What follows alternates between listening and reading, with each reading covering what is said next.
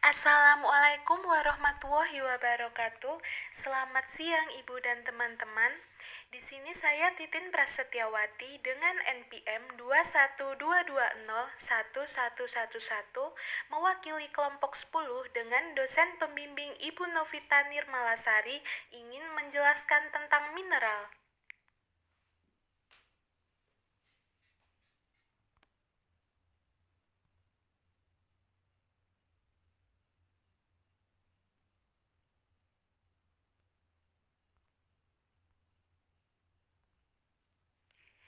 Kita masuk ke slide pertama yaitu latar belakang. Mineral adalah komponen anorganik yang dibutuhkan tubuh manusia dalam jumlah sedikit.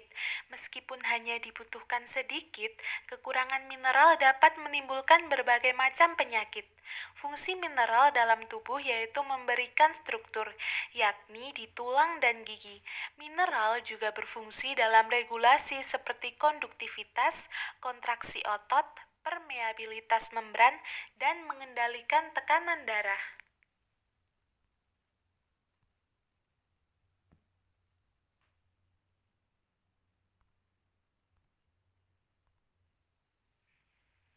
Selanjutnya adalah makro dan mikro. Yang pertama, makronutrien. Nutrisi makro adalah nutrisi yang menyediakan kalori atau energi untuk tubuh dan dibutuhkan dalam jumlah besar untuk menjaga fungsi tubuh dan menjalankan aktivitas kehidupan sehari-hari. Yang kedua adalah mikronutrien, unsur penting yang dibutuhkan oleh organisme dalam jumlah yang bervariasi sepanjang hidup untuk mengatur berbagai fisiologis untuk menjaga kesehatan.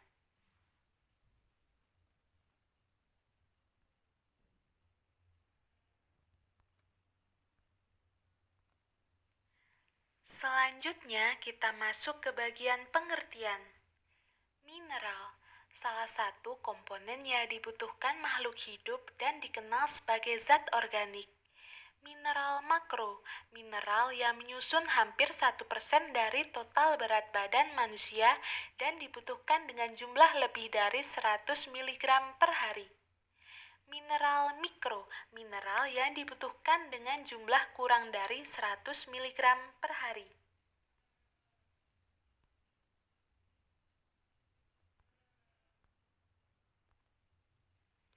Kita lanjut ke slide selanjutnya.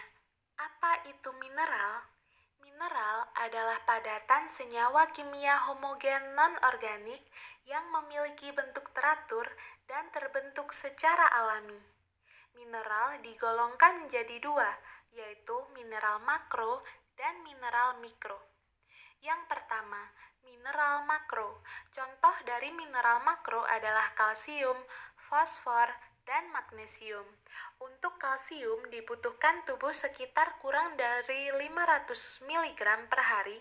Apabila sudah lebih dari 2000 mg per hari, maka akan menyebabkan sembelit dan batu ginjal. Untuk fosfor, pada orang dewasa dibutuhkan sekitar 700 mg per hari.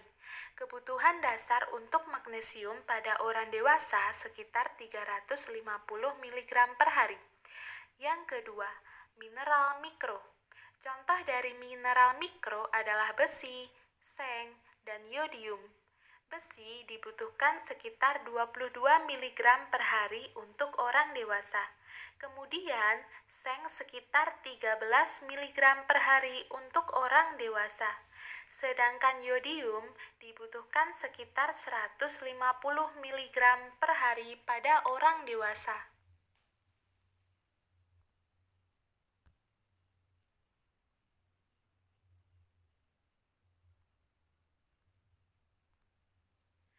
Selanjutnya kita masuk ke kategori mineral.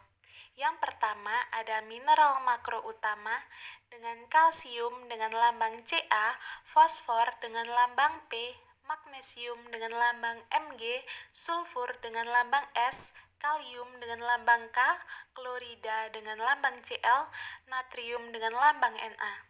Yang kedua adalah mineral mikro dengan kromium dengan lambang Cr, tembaga dengan lambang Cu, fluoret dengan lambang F, yodium dengan lambang I, besi dengan lambang Fe, mangan dengan lambang Mn, silisium dengan lambang Si, dan seng dengan lambang Zn.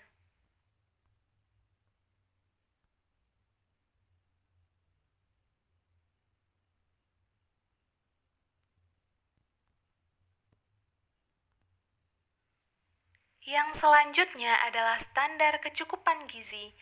Gizi sangat penting untuk menyimpan energi bagi manusia. Suplai gizi yang cukup bermutu apabila gizi dapat terpenuhi untuk memenuhi berbagai zat dalam tubuh.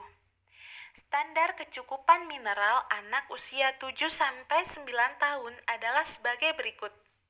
Kebutuhan kalsium sekitar 1000 mg, kebutuhan fosfor 500 mg, kebutuhan magnesium sekitar 135 mg, kebutuhan besi sekitar 10 mg, kebutuhan iodium 120 mcg, kebutuhan seng 5 mg, kebutuhan selenium 22 mcg, kebutuhan mangan 1,7 mg, kebutuhan fluor 1,4 mg, kebutuhan kromium 21 mcg, kebutuhan kalium 3200 mg, kebutuhan natrium 1000 mg, kebutuhan klor 1500 mg, dan kebutuhan tembaga sekitar 570 mcg. Standar kecukupan gizi mineral pada laki-laki usia 19-29 tahun. Kebutuhan kalsium sekitar 1000 mg. Kebutuhan fosfor sekitar 700 mg. Kebutuhan magnesium sekitar 360 mg. Kebutuhan besi 9 mg. Kebutuhan iodium 150 mcg. Kebutuhan seng 11 mg, kebutuhan selenium sekitar 30 mcg, kebutuhan mangan sekitar 2,3 mg, kebutuhan fluor sekitar 4,0 mg, kebutuhan kromium sekitar 36 mcg, kebutuhan kalium sekitar 4700 mg, kebutuhan natrium sekitar 1500 mg, kebutuhan klor sekitar 2250 mg, dan dengan kebutuhan tembaga sekitar 900 mcg.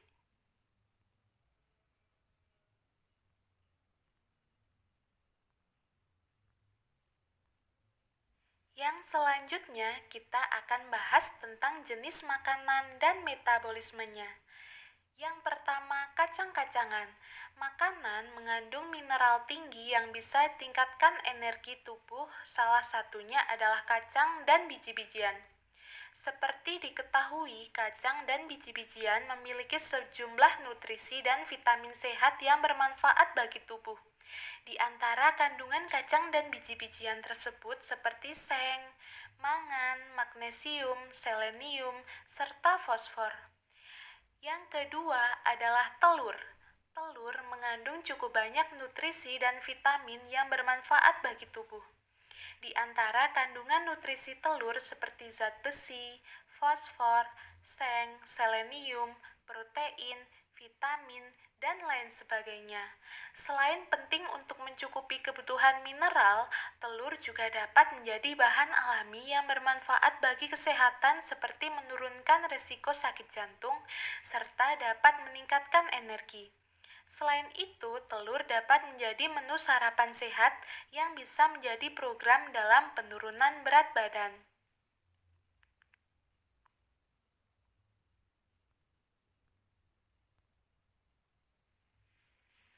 Yang ketiga adalah sayur-sayuran. Selada, brokoli, bayam, kangkung termasuk makanan mengandung mineral tinggi. Seperti diketahui, sayuran hijau kaya akan serat, vitamin, magnesium, kalium, kalsium, zat besi, dan mangan yang termasuk bagian dari mineral. Tidak heran apabila sayuran hijau tersebut dapat memberikan manfaat bagi kesehatan tubuh, diantaranya mencegah risiko sakit jantung. Yang keempat adalah yogurt dan keju. Yogurt dan keju menjadi makanan mengandung mineral tinggi.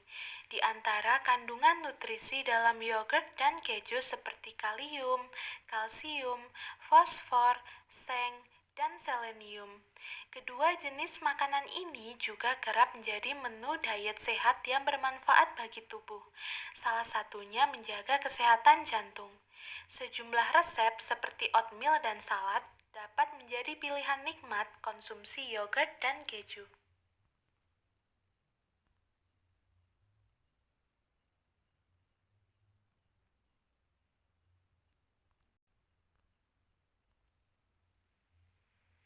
Kita lanjut yang kelima yaitu alpukat. Di dalam alpukat terdapat magnesium, potasium, mangan, dan juga copper.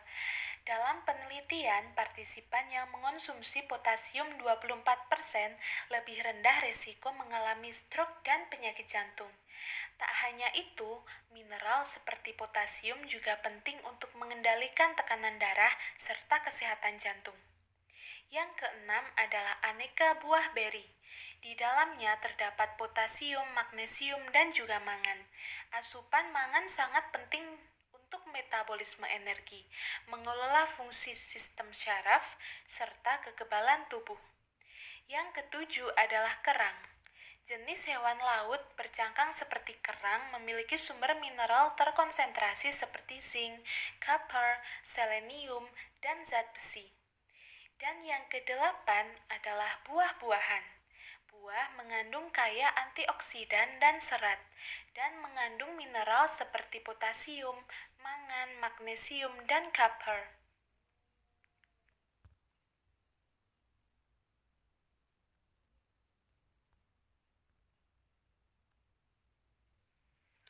Baik, kita lanjut ke slide selanjutnya, yaitu gangguan di dalam tubuh yang disebabkan oleh kekurangan mineral. Yang pertama, kekurangan kalsium dan fosfor. Gejala kekurangan mineral kalsium antara lain nyeri sendi, kuku rapuh, insomnia, tekanan darah tinggi, hingga gigi rapuh. Sementara gejala kekurangan mineral fosfor adalah suasana hati yang tidak enak atau gampang panik. Yang kedua adalah kekurangan magnesium. Gejala kekurangan mineral magnesium paling umum ditunjukkan oleh tubuh dengan impuls syaraf dan otot yang tidak disadari, seperti mata kedutan. Selain itu, pencernaan juga tidak lancar, aritmia atau bahkan kejang jika sudah parah.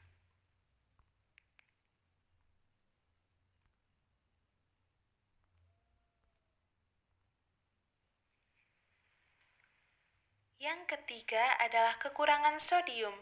Gejala akibat kekurangan sodium adalah aritmia atau detak jantung yang tidak beraturan. Yang keempat adalah kekurangan zat besi. Kekurangan mineral zat besi bisa terjadi akibat kurang asupan maupun ketidakmampuan tubuh untuk menyerapnya secara optimal. Dan yang kelima adalah kekurangan zinc.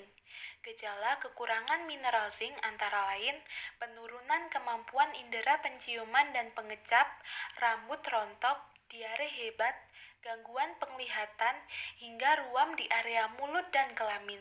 Dan yang keenam adalah kekurangan kalium. Jika kekurangan kalium, maka akan terjadi kram otot dan badan akan terasa lemas.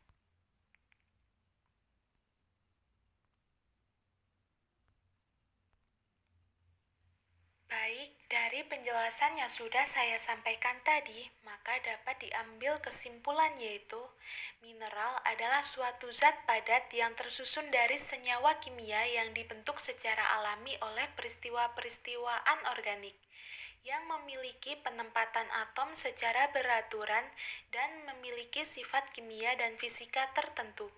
Mineral merupakan salah satu komponen yang dibutuhkan oleh makhluk hidup dan dikenal sebagai zat anorganik. Berdasarkan kegunaannya dalam aktivitas kehidupan, mineral terbagi menjadi dua golongan, yaitu mineral esensial dan mineral non-esensial.